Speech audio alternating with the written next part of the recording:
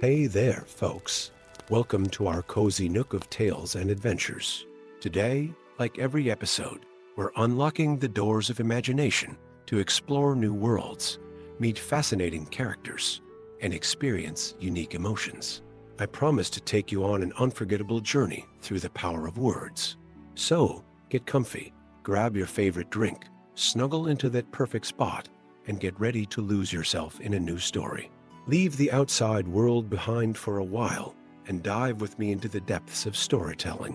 If you enjoy our content and want to support the channel, consider hitting that subscribe button and giving the video a thumbs up. Now, without further ado, let's dive into today's story. Deep in the heart of the lonely valley, where morning mist clung to ancient oaks like gossamer veils, Primula Baggins discovered that even the smallest actions could awaken sleeping giants. The young hobbit's fingers trembled as she held up the ring.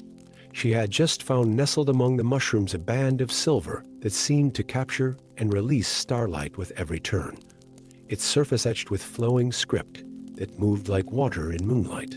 She should have left it there, perhaps, but hobbits had always been curious creatures, and Primula more so than most. The ring slipped into her pocket as easily as a pebble into a still pond, but its ripples would soon spread far beyond the peaceful borders of the Shire. That very night, as autumn winds whispered secrets through the valleys, dark shapes moved in the shadowy mountains. In chambers carved from ancient stone, Grimskull the Merciless raised a gnarled hand to silence his ORC council. "The ring of twilight stirs," he growled, yellow eyes gleaming in the torchlight.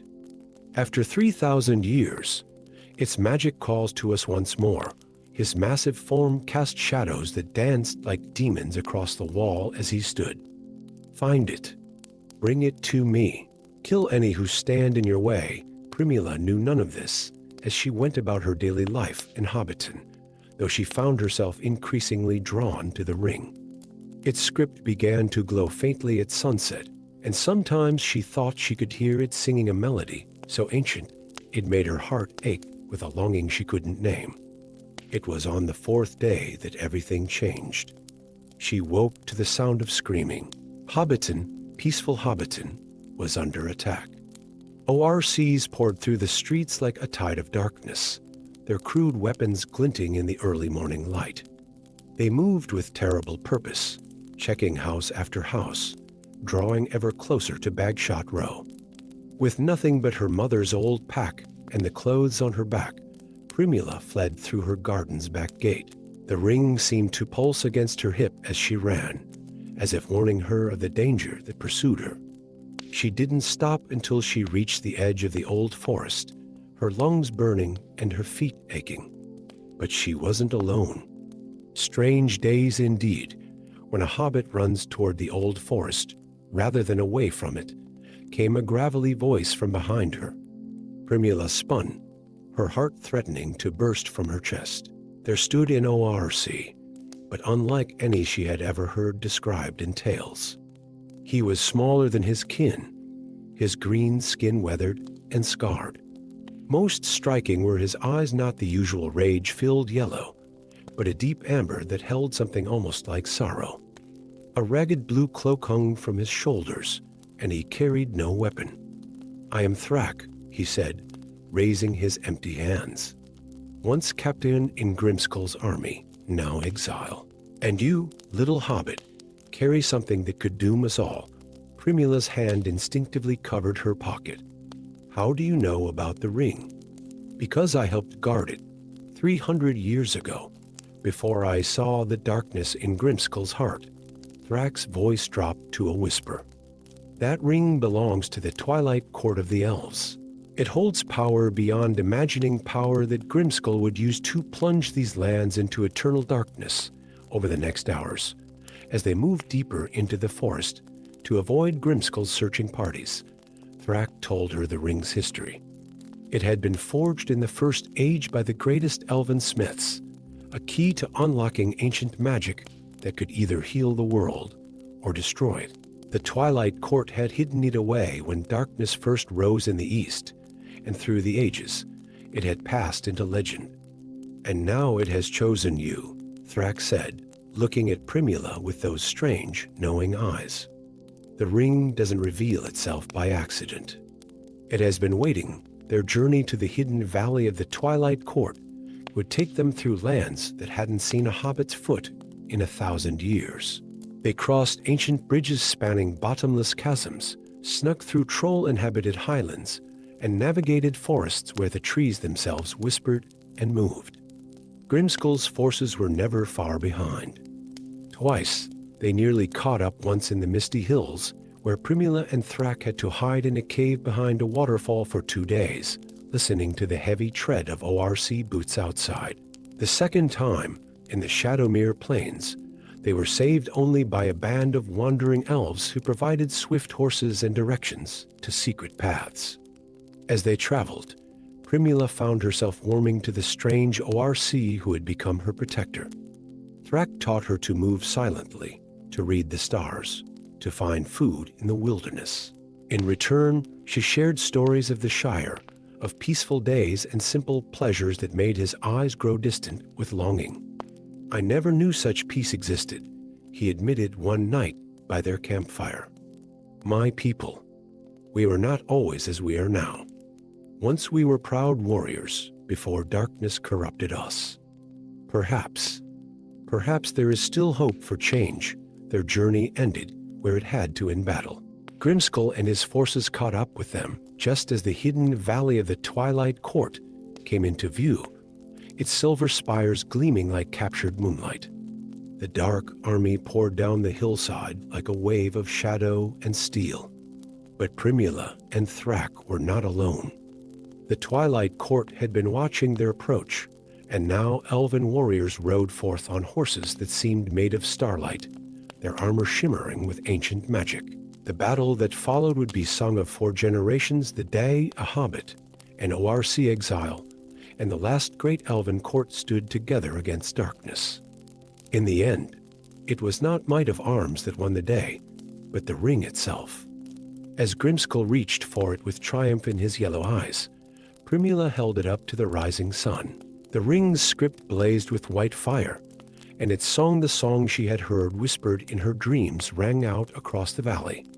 The light that burst forth was like a star being born, washing away shadow and hatred, healing what darkness had corrupted.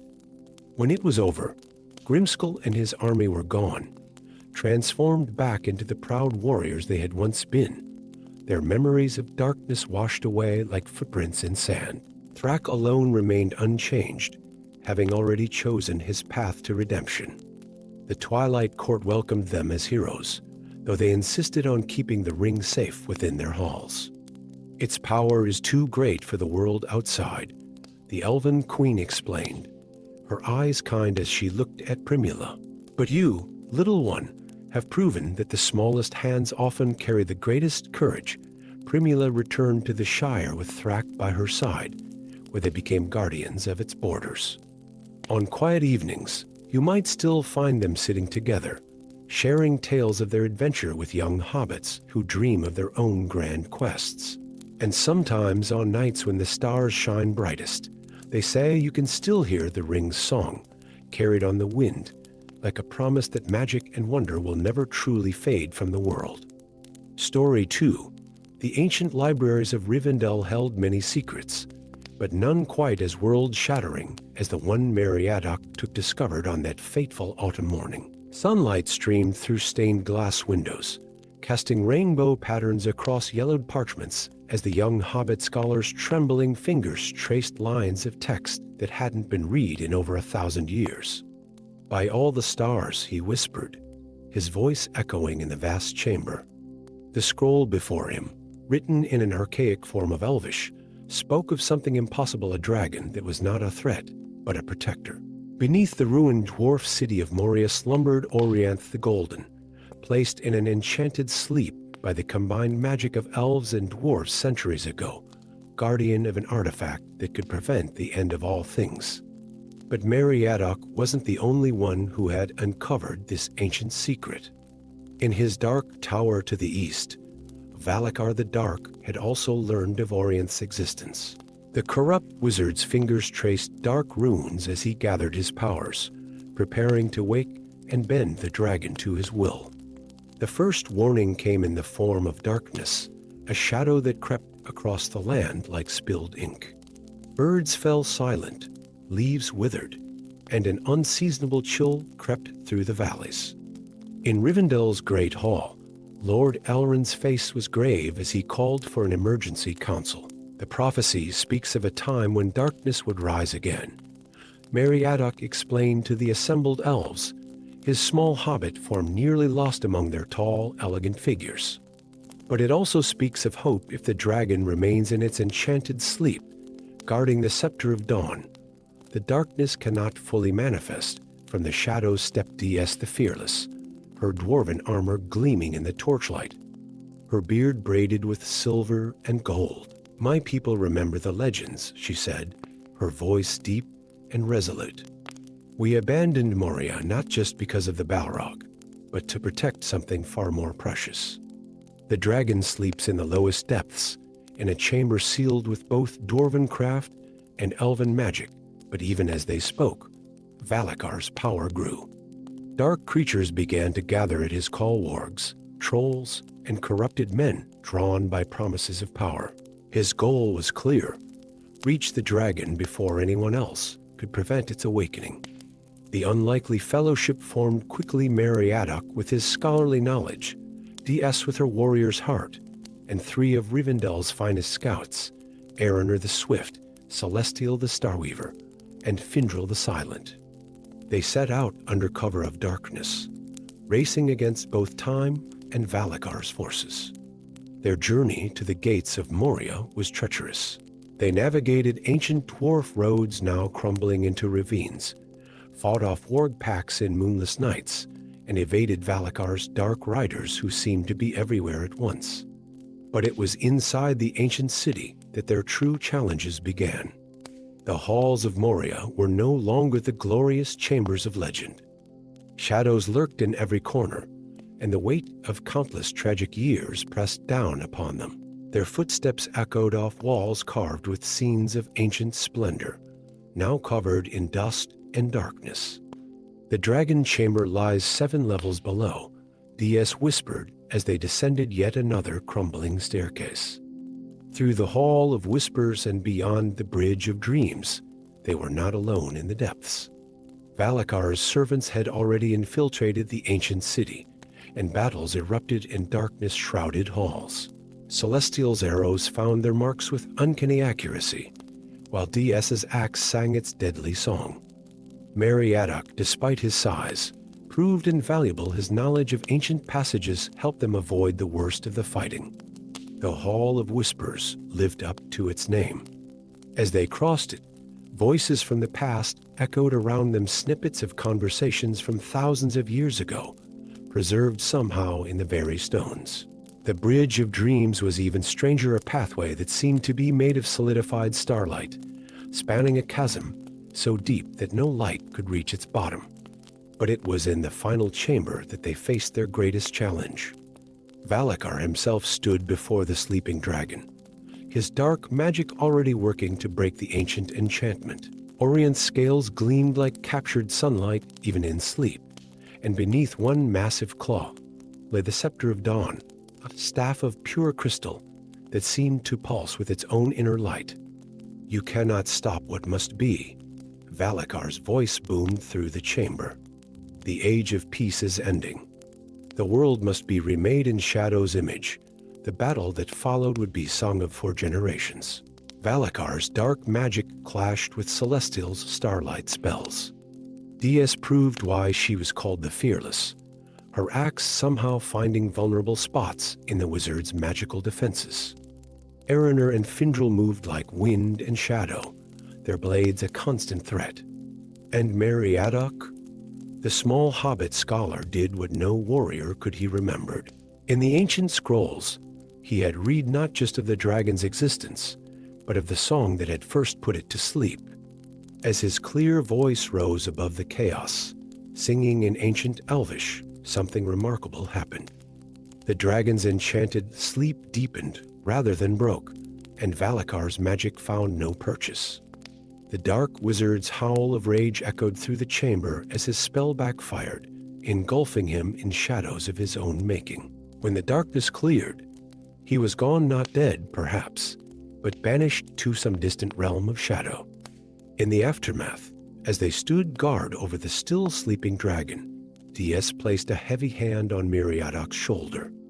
"You've proven that knowledge can be as mighty as any weapon," she said, respect evident in her voice. "The dragon will continue its eternal watch. Thanks to you, they sealed the chamber with new enchantments, stronger than before. But they also left markers, hidden knowledge for future generations who might need to find this place again. For though Valakar had been defeated, darkness has a way of returning, and the dragon's vigil would be needed again." Meriadoc returned to Rivendell's libraries, but he was changed. His chronicles of their adventure became part of the library's collection, carefully preserved for future scholars. And sometimes on quiet nights when the moon is full, they say you can still hear echoes of his dragon song, carrying on the wind like a lullaby for a sleeping guardian far below the earth. In the deepest chambers of Moria, Orianth slumbers on, golden scales gleaming in the dark, eternal guardian of a power too great for the world above. And beneath one mighty claw, the scepter of dawn continues its own vigil, waiting for the day when its light might be needed to push back the darkness once more. Story 3. The first signs of trouble in Green Hill appeared on a morning when the dawn refused to bring warmth. Rosy Fairweather, the Hobbit healer known throughout the Shire for her uncommon knowledge of elvish medicine, stood at the edge of old farmer Proudfoot's field, watching as perfectly healthy wheat stalks turned to black ash before her eyes. The transformation spread like ripples in a pond, each wave of darkness leaving nothing but death in its wake. "It's unlike anything I've ever seen," she whispered, gathering a handful of the black ash that had been golden grain mere moments before. The powder felt wrong in her hands, not like natural ash at all, but like something that had been touched by ancient and malevolent magic. That night, as she consulted her book's precious tomes gifted to her by elvish healers during her apprenticeship in Rivendell, a cold wind howled through Green Hill, carrying whispers in a language that hadn't been spoken in Middle-earth for thousands of years. The candles in her study flickered, and the pages of her books turned by themselves until they stopped at an illustration that made her blood run cold. The image showed a landscape of death, with black tendrils creeping across fields and forests. The ancient elvish text beneath spoke of the curse of Morgal, cast by the Witch King of Angmar in the darkest days of the Second Age. It was a curse of corruption, designed to turn the very earth against its inhabitants, spreading like a plague until nothing remained but ash and shadow. But the Witch King was defeated, Rosie muttered to herself, though the evidence before her suggested otherwise. As she read further, her heart grew heavier. The curse had not died with its creator. It had merely slumbered, waiting for the right moment to awaken.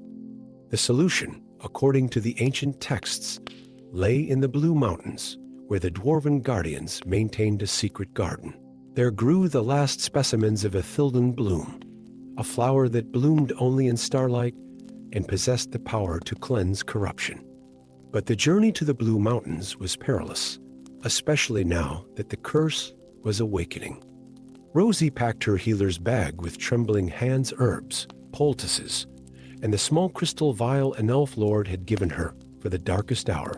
She had never imagined that hour would come to the peaceful Shire. As she set out before dawn, she noticed dark shapes moving in the morning mist. The curse was not content to simply corrupt the land, it was taking physical form. Shadow wraiths, servants of the ancient Witch King, were rising from the black ash, their ethereal forms becoming more solid with each passing hour. Her journey took her through lands she had only read about in books. The old forest loomed before her, its ancient trees groaning with memories of darker days. Tom Bombadil's domain provided brief respite, the Jolly Fellow's songs holding the encroaching darkness at bay, if only temporarily. But even he could not stop what was coming. The old evil stirs again, "Little Hobbit," he said, his usually merry eyes serious. "But remember, darkness can never fully extinguish light. It can only hide it for a while." Through the Barrow Downs she crept, where ancient kings slumbered in their tombs, and across the Weather Hills, where stone giants still walked on stormy nights. The shadow wraiths pursued her relentlessly, their otherworldly screams echoing across the landscape. In the foothills of the Blue Mountains, she encountered unexpected help. A group of dwarven scouts, led by the legendary guardian Thorin Stoneheart, found her hiding from shadow wraiths in an ancient cave. "We've been watching the darkness spread," Thorin said, his voice gravelly but kind. "Our seers spoke of a small one who had come seeking the Ithilden bloom. We didn't expect a hobbit. The dwarven gardens were hidden within the mountain itself, in vast caverns lit by crystals that mimicked starlight. But reaching them would not be easy. The Witch King's spirit, though long defeated, had been waiting for this moment." As Rosie and the dwarves approached the garden's entrance, the very mountain seemed to come alive with malevolent purpose. The ensuing battle was like nothing in Hobbit legend. Shadow wraiths poured from every dark corner, their ethereal weapons clashing against dwarven steel. Thorin's warriors fought with the legendary skill of their people, but even they couldn't hold back the tide of darkness forever. It was Rosie, small and overlooked, who slipped through the chaos. Using every trick she had learned about moving quietly, and hobbits already excelled at that, she made her way to the garden while the battle raged behind her. The Ithilden bloom lived up to its legends. In the artificial starlight of the cavern, the flowers glowed with an inner light that brought tears to Rosie's eyes.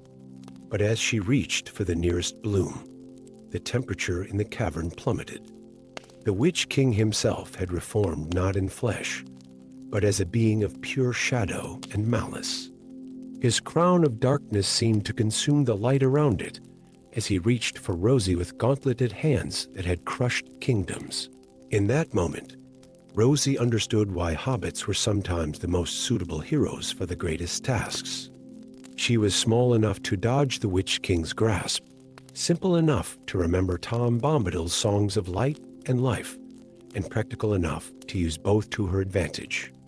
As she darted between the Witch King's legs, she sang one of Tom's song's simple words about sunshine and spring flowers that seemed to cause the Shadow King physical pain. The crystal vial from Rivendell came last thrown with perfect hobbit accuracy into the heart of the shadow. The light it contained, preserved from the last flowering of the two trees, burst forth like a newborn star. The Witch King's scream shook the mountain, but it was a sound of defeat. As his form dissipated like smoke in a strong wind, Rosie gathered the Ithilden blooms with shaking hands.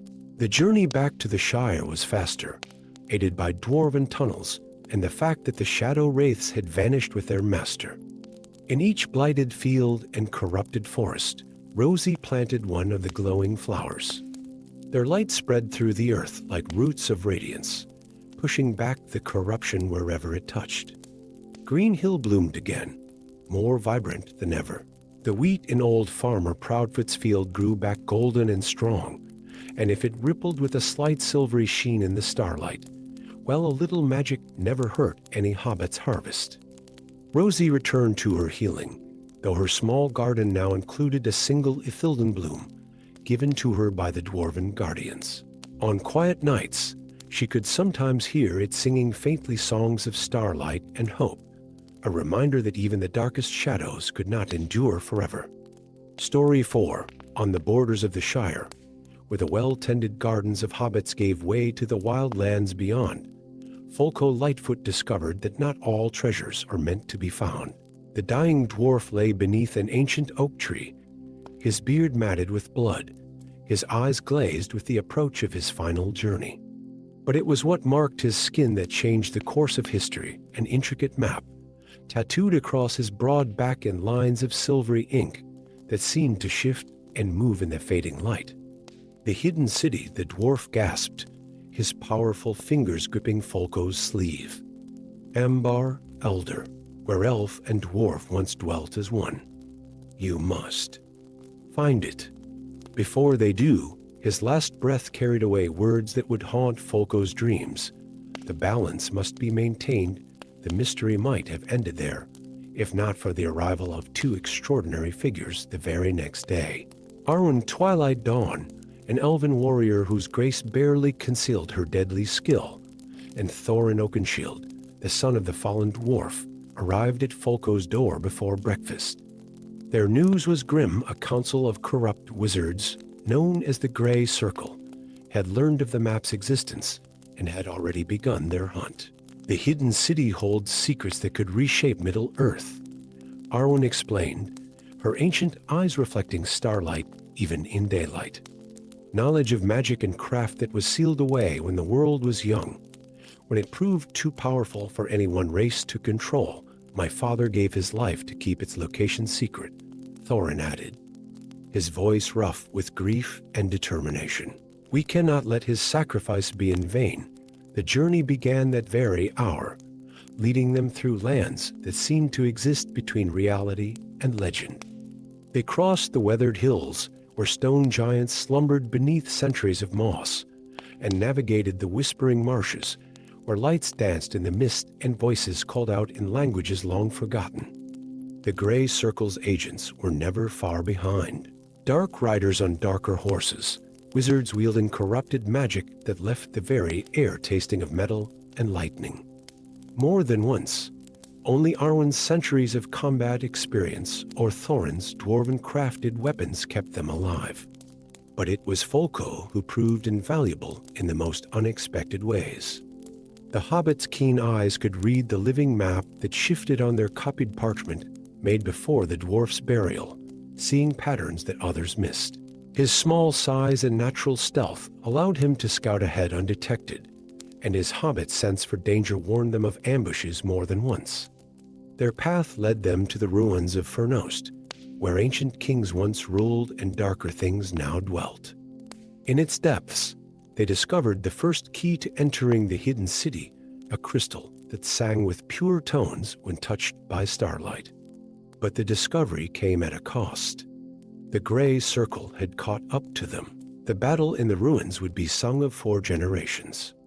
Arwen's blade danced with ethereal grace as she faced 3 dark wizards at once, her elven magic turning their corrupt spells back upon them. Thorin's axe cleaved through stone and shadow alike, his dwarven battle cry shaking dust from ancient rafters. And Folco, small but crucial, managed to secure the crystal while chaos raged around him.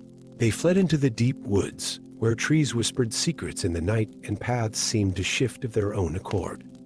Here, they found unexpected allies, a group of wood elves who had been watching the Grey Circle's movements with growing concern. Their leader, an ancient elf named Celeborn, revealed more of the hidden city's significance. Ambar Elder was more than just a city, he explained as they rested in his treetop sanctuary. It was a dream of unity, built in an age when the races of Middle-earth sought to combine their greatest strengths. The magic forged there. It could heal the world or destroy it utterly. The final leg of their journey led them to the Misty Mountain's heart.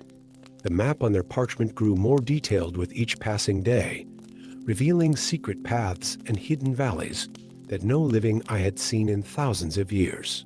But the Grey Circle was closing in, their dark magic growing stronger as they drew closer to their goal.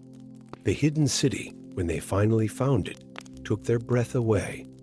Carved into the living rock of the mountain, yet seeming to grow from it like a crystal garden, Ambar Elder gleamed with an inner light that had not dimmed in millennia.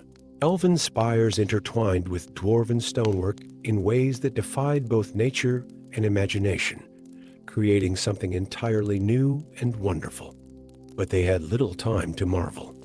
The Grey Circle arrived in full force, their leader, Morgoth the Deceiver, leading the charge. The battle that followed would reshape the very mountain. Ancient defenses awakened at Thorin's command, while Arwen called upon magic that hadn't been seen since the First Age. The final confrontation came in the city's heart, the Chamber of Synthesis, where elf and dwarf had once worked together to forge wonders. As Morgoth reached for the source of the city's power, Folko understood at last what the dying dwarf had meant about balance. Using the crystal they had found, amplified by Thorin's dwarven craft and Arwen's elven magic, Folko activated the chamber's true purpose. Light erupted from the city's heart, not to destroy, but to cleanse. The gray circle's corrupted magic was burned away, leaving them powerless and bewildered. In the aftermath, they discovered that the hidden city could not remain hidden any longer, nor should it. Under the guidance of Thorin and Arwen, Ambar Elder became a place of learning once more, where all races could come together to share knowledge and wisdom. Folko returned to the Shire, but he was forever changed. In his garden grew plants with leaves of silver and gold, gifts from the hidden city. And sometimes on quiet evenings, visitors would see him studying a piece of parchment that seemed to shift and change in the twilight, smiling at secrets that only he could read. The map that had started their quest now hangs in Ambar Elder's Great Hall, a reminder that the greatest treasures are not those we keep hidden, but those we share with wisdom and hope. Story 5. The stars fell like golden tears on the night everything changed in the Shire. Marigold Baggins Brandybuck stood in her garden, watching as constellations that had remained fixed since the first age began to dance across the sky. The ancient oak trees whispered songs in forgotten tongues, and birds flew in patterns that formed glowing symbols in the air, symbols that made her scholar's heart race with recognition and fear. In her study, surrounded by dusty tomes and ancient scrolls, Marigold found what she had dreaded: an elvish prophecy written in starlight ink that only appeared during the alignment of specific constellations. The words seemed to crawl across the page. When the stars weep gold and the trees remember their first songs, she who hungers stirs in her endless sleep. Ungoliant, devourer of light, seeks to rise once more. The name sent chills through her spine. Ungoliant, the ancient being who had once attempted to consume all light in the world, who had challenged even the great Morgoth himself, was awakening from her ageless slumber. Help arrived in unexpected forms. First came Gandalf the Grey, his eyes grave beneath his bushy brows. "The signs are unmistakable," he said, warming his hands by Marigold's fire. "The seals that bound Ungoliant are weakening. We must find the 3 Silmaril shards before her servants do." The next to arrive was Felindril, an elven archer whose silver hair seemed to catch moonlight even in darkness. Her quiver held arrows forged in starfire, passed down from the First Age. Last came the most unusual ally, Grommash, a reformed troll who had turned from darkness after being saved by an act of kindness. His massive form and regenerative abilities would prove invaluable in the trials to come. The first Silmaril shard lay in the depths of the Misty Mountains, in halls where the dwarves had long since abandoned their delving. As they descended into the darkness, they encountered the first of Ungoliant's servants, shadow spiders, their eyes gleaming with ancient malice, their webs strong enough to trap light itself. Felindril's arrows found their marks in the darkness, while Grommash's strength kept the massive doors from closing upon them. But it was Marigold's knowledge of ancient texts that guided them through the labyrinth of tunnels to the chamber where the first shard gleamed like a captured star. The second shard had been hidden in the heart of the old forest, where Tom Bombadil's songs still held ancient powers at bay. But even his melodious voice had begun to falter as Ungoliant's influence spread. The trees themselves had become hostile, their roots reaching up like grasping hands, their branches weaving together to block out all light. Gandalf's magic cleared their path, while Grommash's endurance helped them push through the worst of the forest's assault. Marigold remembered an old verse about the forest's heart, where light fears to dance and shadows fear to tread. There lies the truth of ancient dread. Following this cryptic clue, they found the second shard embedded in an ancient tree's heart. The final shard lay in the ruins of Dal Guldur, where Sauron himself had once dwelt. The very stones seemed to pulse with malevolent memory. Here, they faced their greatest challenge, the Shadowmancer, Ungoliant's most powerful servant, a being of pure darkness who had once been an elf before being corrupted by the ancient spider's power. The battle that followed was epic in scale. Gandalf's staff blazed with white fire as he dueled the Shadowmancer. Felindril's arrows traced paths of light through the darkness, while Gromish's mighty fist shattered shadow constructs. Marigold, drawing upon knowledge from her years of study, recited ancient words of power that strengthened her allies and weakened the forces of darkness. But the Shadowmancer was too powerful to be defeated by force alone. As their strength began to fade, Marigold remembered another passage from her studies. Darkness cannot be destroyed, only transformed. Understanding dawned as she looked at the 2 Silmaril shards they had already gathered.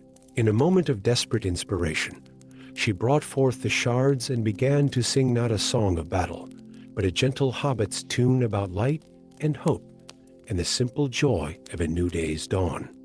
The shards resonated with her voice, their light growing stronger, purer. The 3rd shard, still in the Shadowmancer's possession, began to vibrate in harmony. The chamber filled with unbearable radiance as the 3 shards reunited of their own accord, their light washing away the Shadowmancer's darkness, not through destruction, but through transformation. Where the creature of shadow had stood now knelt an elf, restored to his original form, tears streaming down his face. But their victory came at a price. The reunited shards had revealed Ungoliant's resting place, a void between spaces, where she had been slowly consuming the very fabric of reality. The ancient spider was no longer fully corporeal, having transformed over millennia into a being of pure hunger and darkness. The final confrontation took place in a space that defied description, where physical laws held no meaning. Ungoliant's form was vast beyond comprehension, a darkness that threatened to devour not just light, but existence itself. Yet here, in this impossible space, their small fellowship found their greatest strength. Gandalf's magic and Felindril's arrows created paths of light through the void. Gromish's unwavering spirit proved immune to Ungoliant's corruption. The reformed Shadowmancer turned his knowledge of darkness against his former master. And Marigold, small hobbit that she was, carried the reunited Silmaril shards into the heart of darkness itself. The final blow was not struck with weapon or spell, but with understanding. As Ungoliant reached to devour the shards, Marigold released them willingly, remembering the ancient wisdom. Light freely given cannot be taken. The shards flared with impossible brightness, not destroying Ungoliant, but transforming her hunger into something new, a force that would maintain the balance between light and shadow, rather than seeking to devour all. The world shifted back to normal slowly, like waking from a dream. The stars returned to their proper places, though they shone a bit brighter than before. The trees still whispered, but their songs were of peace rather than warning. Marigold returned to her studies in the Shire, though her library now included texts from realms far beyond Hobbit knowledge. Gandalf visited occasionally, bringing news of how the transformed Ungoliant now maintained the equilibrium between light and darkness across Middle-earth. Felindril and Gromish became guardians of the ancient places, where the boundaries between worlds were thin, while the reformed Shadowmancer taught others how to find light in their own darkness. And sometimes on special nights when the stars seemed to dance and the trees sang their ancient songs, Marigold would sit in her garden and remember that even the greatest darkness could be transformed by the smallest light freely given. Story 6. Deep in the rolling hills of Shadow Valley, where ancient willows whispered secrets to the morning mist, young Thorin Smallfoot discovered that destiny often hides in the most mundane places. On that fateful autumn morning, while helping his grandmother clear out her musty cellar, his hands brushed against something that would change not only his life, but the fate of all the free peoples of Middle-earth. The tapestry was old, far older than any hobbit could remember. Its threads, though faded, still gleamed with an inner light that seemed to dance across the intricate patterns woven into its surface. Thorin's fingers trembled as they traced the golden dragon emblazoned across the fabric, its eyes crafted from threads that seemed to shift color in the dim light of the cellar. "Gran," he called out, his voice barely a whisper. "What is this?" But before his grandmother could answer, a shadow fell across the cellar door. 3 cloaked figures stood silently in the doorway, their faces hidden beneath deep hoods. The tallest of them spoke in a voice that seemed to freeze the very air. "The prophecy weave has been found. Our master will be pleased." What happened next was a blur of motion and magic.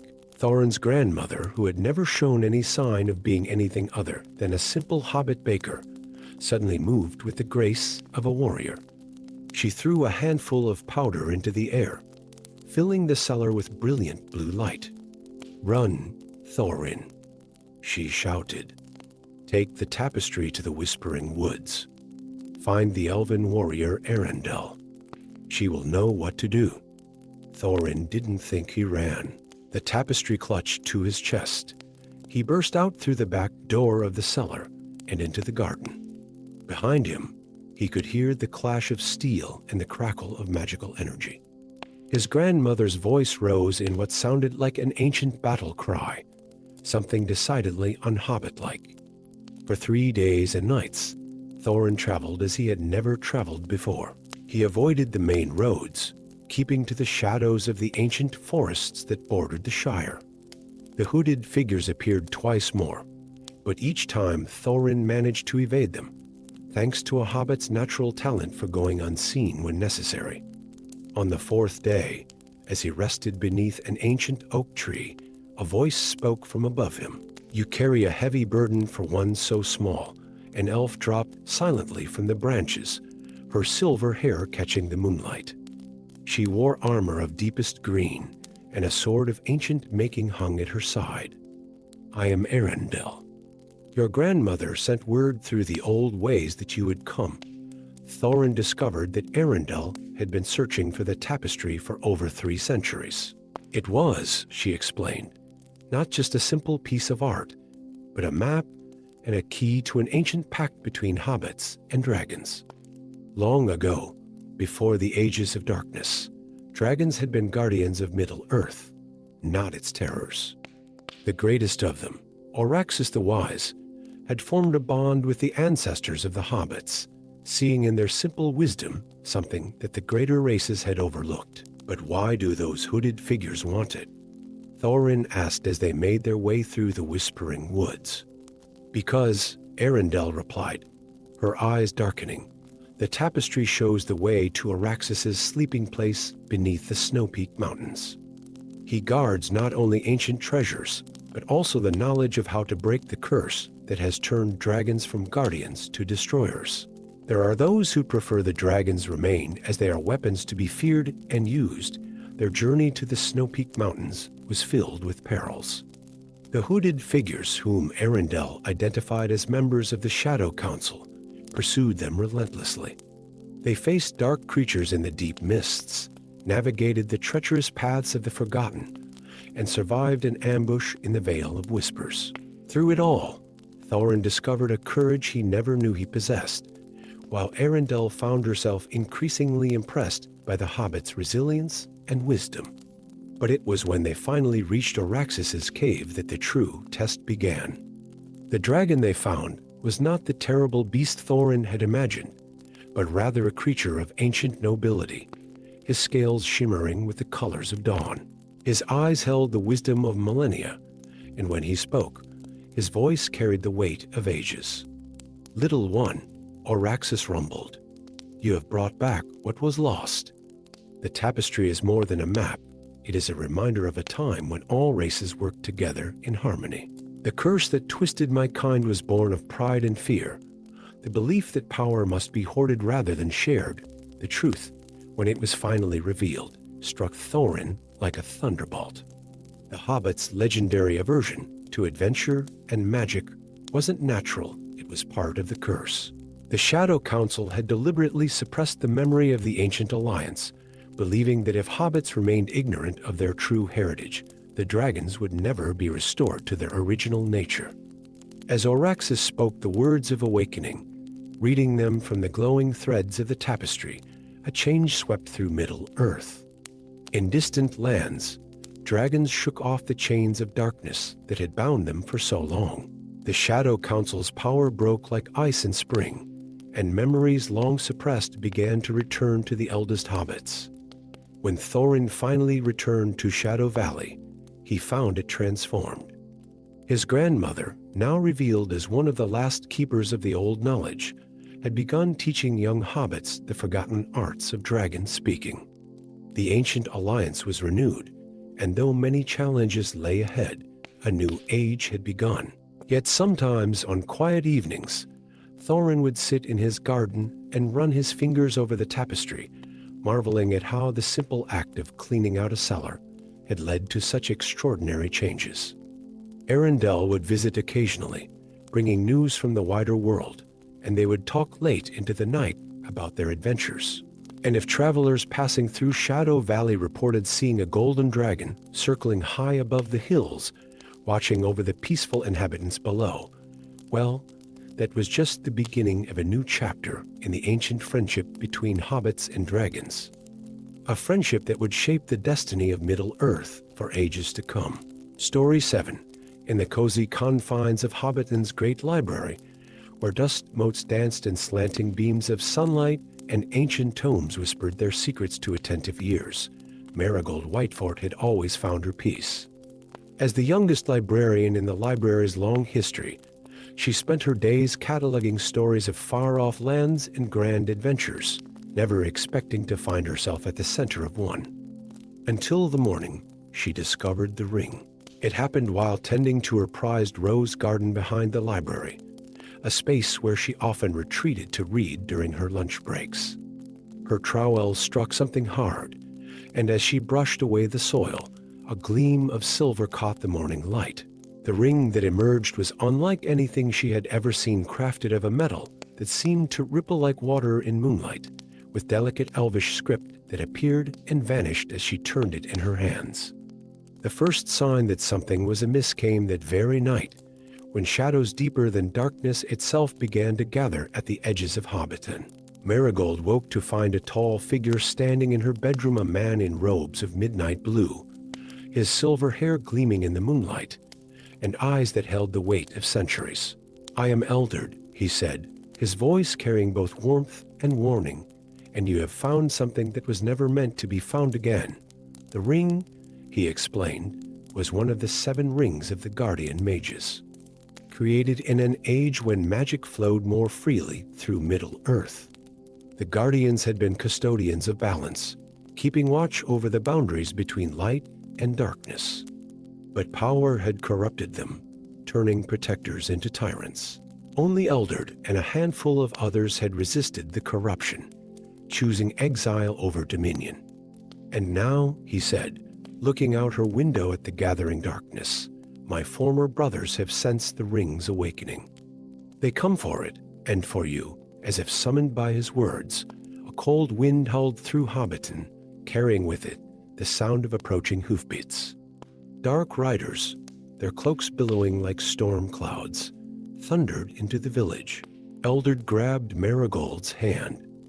"We must go." Now their journey east took them through landscapes Marigold had only read about in her beloved books. They crossed the misty meadows, where flowers glowed like starlight at night, and traversed the Shadowspine Mountains, where ancient stone giants still slumbered in deep valleys. All the while, the corrupt guardians pursued them, their dark magic leaving a trail of withered life in their wake. "Why don't we destroy the ring?" Marigold asked one evening, as they camped beneath the swaying branches of the whispering forest. Eldred's face grew grave. The rings were forged in the heart of Luminria, the ancient elven city of light. Only there, in the Forge of Dawn where they were created, can they be unmade. But Luminria fell into shadow long ago, when the Guardians first turned to darkness. Yet, as their journey continued, Marigold began to notice changes in herself. The ring seemed to awaken something within her, a connection to the ancient magic that flowed through Middle-earth. She found she could sense the presence of their pursuers, could feel the whispers of trees and stones.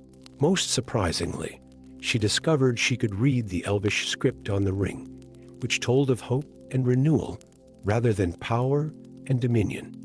Their path led them through the ruins of Ravenkeep, where they encountered other allies fleeing the Guardians' influence. A dwarf metalsmith named Grimhand joined them, seeking redemption for having once forged weapons for the corrupt Guardians. An elven scout called Silvereel, whose family had been displaced when Luminria fell, offered her knowledge of the hidden paths to the ancient city. As their small company grew, Marigold noticed something else where they passed. Life seemed to flourish. Gardens bloomed out of season, withered trees put forth new leaves, and even the dark places seemed less threatening. The ring, she realized, wasn't just a source of power, it was a key to healing the scars left by the Guardians' corruption. The final battle came at the gates of Luminria itself. The corrupt Guardians, all 6 of them, had gathered their full might. As storm clouds roiled overhead and dark magic crackled through the air, Marigold made a discovery that changed everything. The ring's true power wasn't in its magic at all, it was in its ability to remind others of what they had once been. Standing before the Forge of Dawn, Marigold did something unexpected. Instead of destroying the ring, she held it up and began to read aloud the story written in its shifting script, the story of the Guardians as they had once been, protectors rather than conquerors. As she read, the ancient magic of Luminria stirred, and the city itself seemed to wake from its long slumber. One by one, the corrupt Guardians faced their own reflections in the ring's shimmering surface. One by one, they remembered their original purpose. The darkness that had twisted them for so long began to fade, replaced by the light of understanding. In the end, it wasn't destruction that broke the Guardians' corruption, but remembrance and renewal. Luminria bloomed again, its towers catching the light of dawn for the first time in centuries. The Guardians, redeemed but humbled, chose to lay down their rings and walk among the peoples of Middle-earth, as teachers rather than rulers. Marigold returned to her library in Hobbiton, but she was changed. Her garden now included plants from all corners of Middle-earth, and visitors swore they could hear the books whispering their stories more clearly than ever before. Sometimes Eldred would visit, bringing news of the healing spreading through the land. And if young hobbits gathered in her garden to hear tales of her adventures, well, Marigold had learned that sometimes the greatest wisdom lay not in hiding from adventure, but in knowing how to bring its lessons home. The ring itself now sat in a simple glass case in the library, its script still shifting and changing, but now it told new stories of redemption, of courage found in unlikely places, and of the power of remembering who you truly are. Story 8. The Great Feast of the Shire was in full swing, with lanterns twinkling like earthbound stars across the party field, when Pippin took Bottom's world turned upside down. As he raised his mug to toast another successful harvest, the night sky above suddenly rippled like disturbed water, and a vision seared itself into his mind, darkness consuming the world like ink dropped in clear water, while 4 lights amber, sapphire, emerald, and ruby struggled against the encroaching void. The other hobbits noticed nothing amiss, continuing their merrymaking with typical enthusiasm. But Pippin's hands trembled as ancient words in a language he'd never learned echoed in his thoughts. When 3 moons align in the winter sky, eternal night shall claim its prize. Only the 4 lights of the ancient pact can turn the tide of endless dark. That very night, a letter arrived by Raven, not the usual postal service of the Shire. The elegant elvish script spoke of an ancient prophecy and named Pippin as the one chosen to prevent the coming darkness. The letter was signed by Eldara, a human sorceress known in whispered tales as the Keeper of Time. Within days, an unlikely company gathered at Pippin's modest hobbit hole. Bramble Underhill and Rosie Lightfoot, 2 young hobbits known more for causing trouble than solving it. Thorin Stonefist, a dwarf exile with shadow-filled eyes. And Eldara herself, her silver hair streaked with strands that seemed to contain moving starlight. The elemental artifacts were scattered ages ago, Eldara explained, spreading an ancient map across Pippin's table. The flame crystal lies in the Dragon's Maw volcano. The earthen drum rests in the deepest dwarf halls of the Blue Mountains. The wind flute sits atop the storm spire, and the water sphere sleeps beneath the midnight falls, and we must collect them all before the 3 moons align, Pippin mused, studying the distant locations. But why us? Why hobbits? Eldara's eyes sparkled mysteriously. Because, dear Pippin, the greatest magic often hides in the smallest packages. Your people have a connection to Middle-earth that the greater races have forgotten. Their journey began in the depths of winter. The company split into 2 groups. Pippin led Bramble and Eldara toward the Dragon's Maw, while Rosie and Thorin headed for the Blue Mountains. Time was their enemy. They had barely 30 days before the prophesied alignment. In the Dragon's Maw, Pippin discovered that the greatest challenge wasn't the volcano's heat or the treacherous paths. It was convincing the ancient dragon Pyraxis that they sought the flame crystal to save the world, not to add to some treasure hoard. The dragon's wisdom surprised them. He had been waiting for centuries for someone worthy to claim the crystal. Meanwhile, Rosie and Thorin faced their own trials in the Blue Mountains. The earthen drum lay in halls long abandoned due to a dark curse. But Rosie's innocent wisdom and Thorin's desperate courage proved a powerful combination. They discovered that the curse was born of pride and greed, and could be broken only through selfless cooperation between dwarf and hobbit.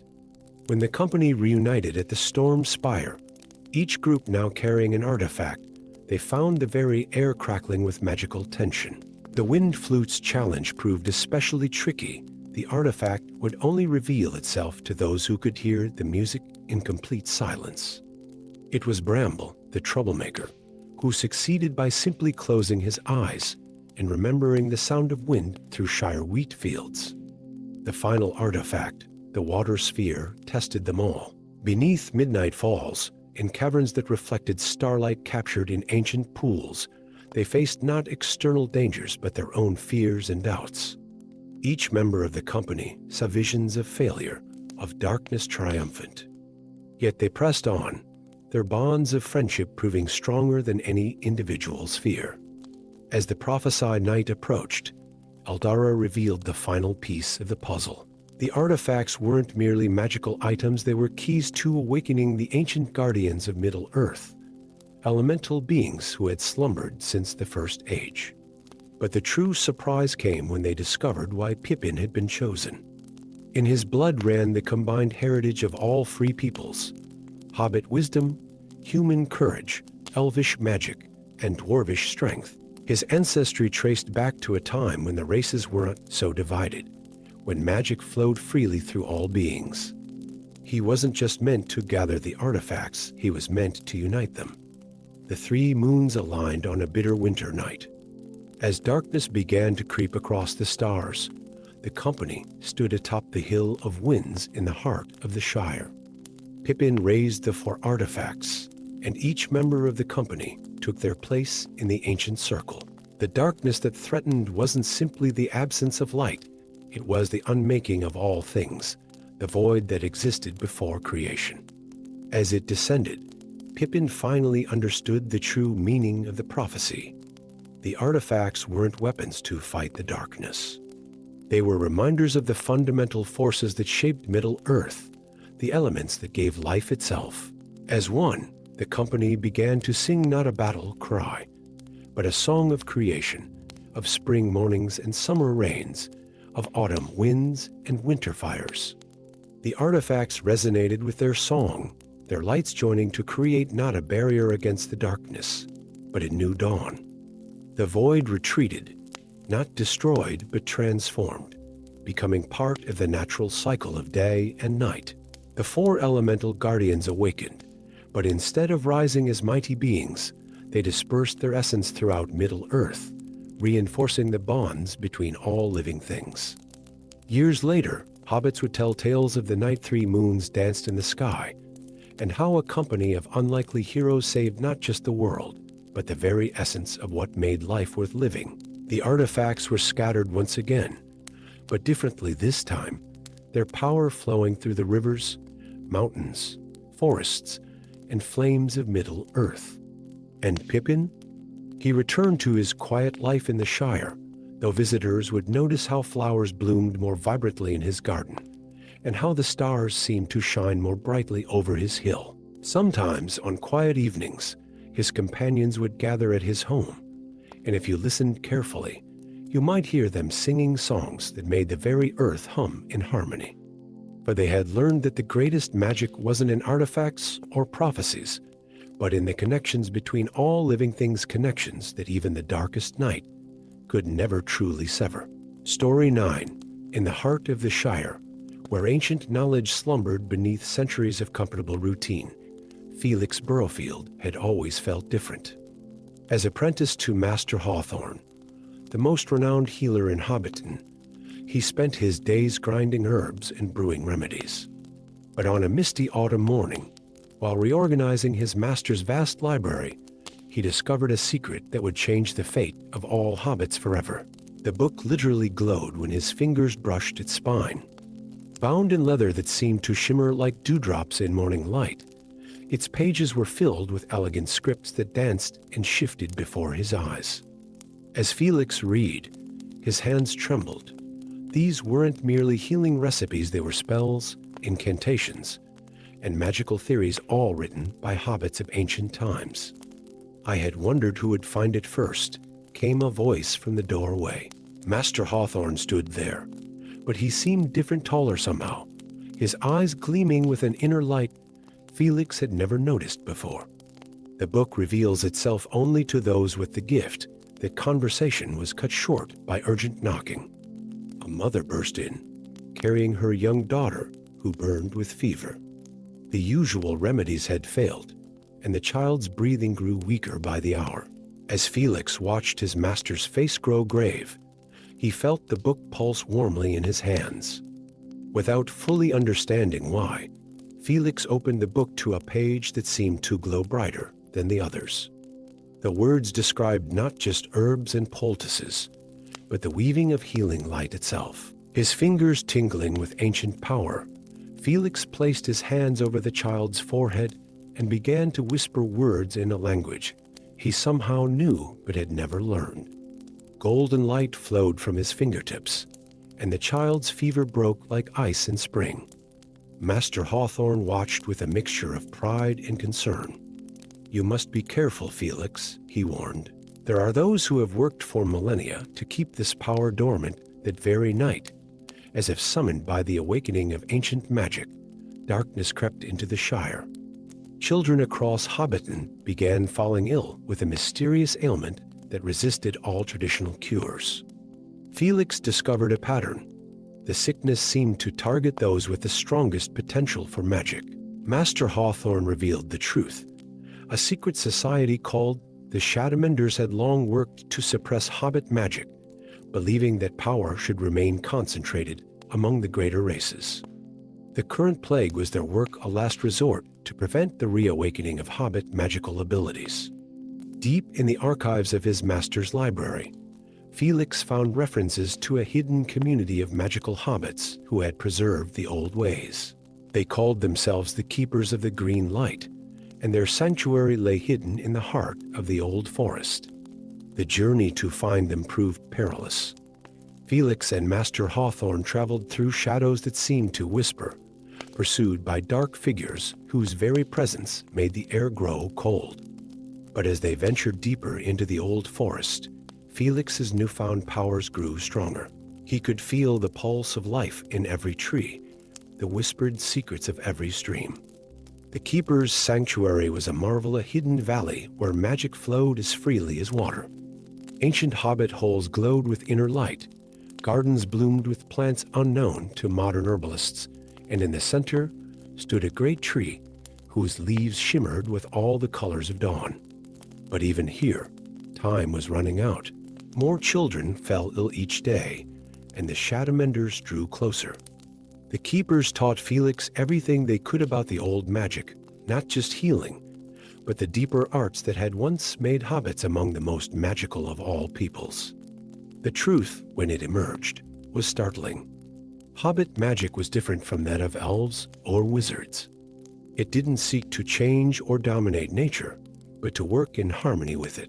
This was why the Shadowmenders feared it so much. It was a magic that couldn't be controlled or corrupted.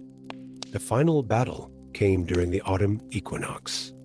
The Shadowmenders attacked the sanctuary with dark sorcery, but they hadn't counted on the strength of unified hobbit magic. Felix led the keepers in a ritual of renewal, drawing power from the very earth of Middle-earth itself. As their combined magic rose like a green tide, something extraordinary happened.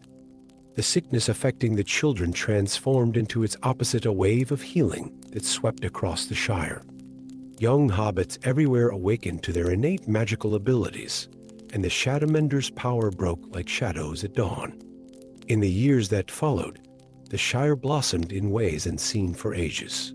Gardens grew with renewed vigor, healing arts reached new heights, and the boundary between magic and nature blurred until they became one and the same. The keepers emerged from hiding, establishing schools to teach young hobbits the responsible use of their reawakened gifts. Felix remained at Master Hawthorne's side, but now their little infirmary became something greater, a place where ancient magic and traditional healing worked hand in hand. The mysterious book that had started it all took its place in a new library, open to all who wished to learn. And if visitors to the Shire now noticed that the flowers bloomed a bit brighter, that the air seemed a bit clearer, and that hobbit children sometimes danced with lights that sparkled like stars, well, that was just the beginning of a new chapter in the long and surprising history of hobbit kind. For in the end, the greatest magic wasn't in spells or incantations, but in the simple truth that power, when shared freely and used wisely, only grows stronger. The hobbits had simply remembered what they had never truly forgotten, that magic, like love and courage, flourishes best in the gardens of the humble. Story 10. The golden key had lain forgotten in a dusty chest for decades before Rose Greenhill inherited it along with her grandfather's modest hobbit hole at the edge of the old forest. At first glance, it seemed unremarkable, just another family heirloom among many. But on her first night in her new home, as moonlight streamed through the round windows, the key began to sing. It wasn't a song of words, but rather a melody that seemed to weave itself from starlight and shadow, calling to something deep within Rose's blood. The key floated from her bedside table, trailing golden sparks as it danced through the air toward the forest's edge. Following it into the pre-dawn darkness, Rose found herself walking paths she'd never noticed before, though she'd played in these woods since childhood. Ancient trees whispered secrets in voices just beyond understanding, their branches weaving patterns against the star-filled sky. The key led her deeper and deeper, until she reached a clearing that seemed to breathe with its own life. There, in the heart of the forest, stood an arch of twisted roots and ancient stone, covered in runes that glowed with a faint blue light.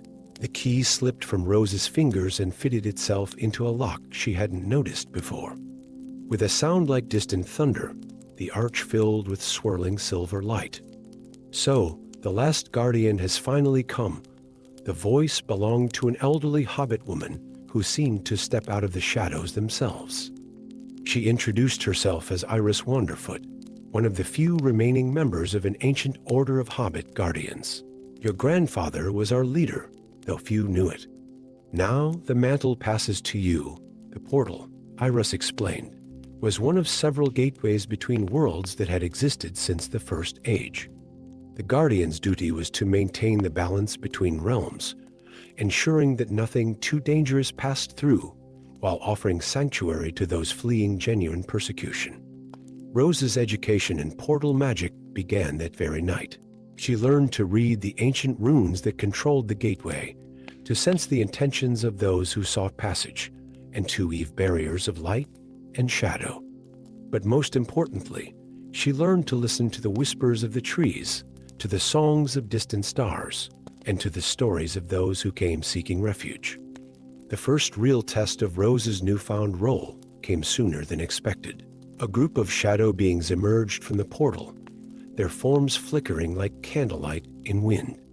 They spoke of a tyrant in their realm who had learned to devour light itself, leaving their world in eternal darkness. They sought sanctuary, but darker shapes pursued them through the gateway. Rose faced a choice: close the portal and protect the Shire from potential invasion, or risk everything to help these refugees. In that moment, she understood why hobbits had been chosen as guardians.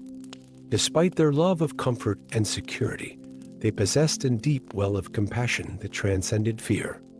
Drawing on her newfound powers, Rose created a barrier of golden light that separated the refugees from their pursuers.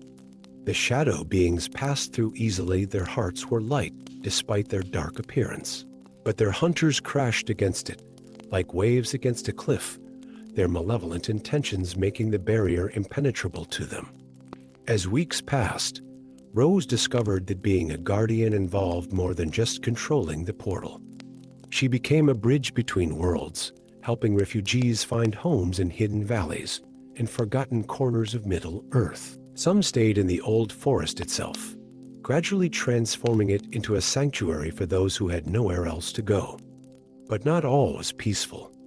Word of the portal's activation spread through mysterious channels, attracting the attention of those who sought to control it. Dark sorcerers, power-hungry lords, and creatures of shadow all tried to breach the gateway.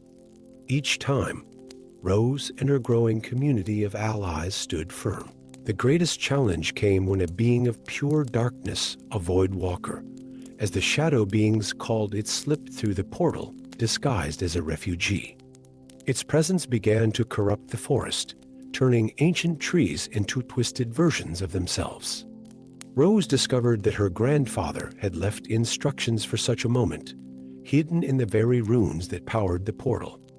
The final battle took place during a moonless night. Rose, now skilled in both portal magic and the more subtle powers of the old forest, faced the Void Walker in the clearing where her journey had begun. The creature offered her power beyond imagination, control over all the gateways between worlds. But Rose remembered the lessons she'd learned from every refugee she'd helped, every story she'd heard, every life she'd touched. True power, she realized, lay not in control, but in connection. Using the key not as a weapon, but as a focus for the combined magic of all those who had found sanctuary in the forest, she began to sing. It was a song of home and hope, of light and shadow in balance, of endings and new beginnings.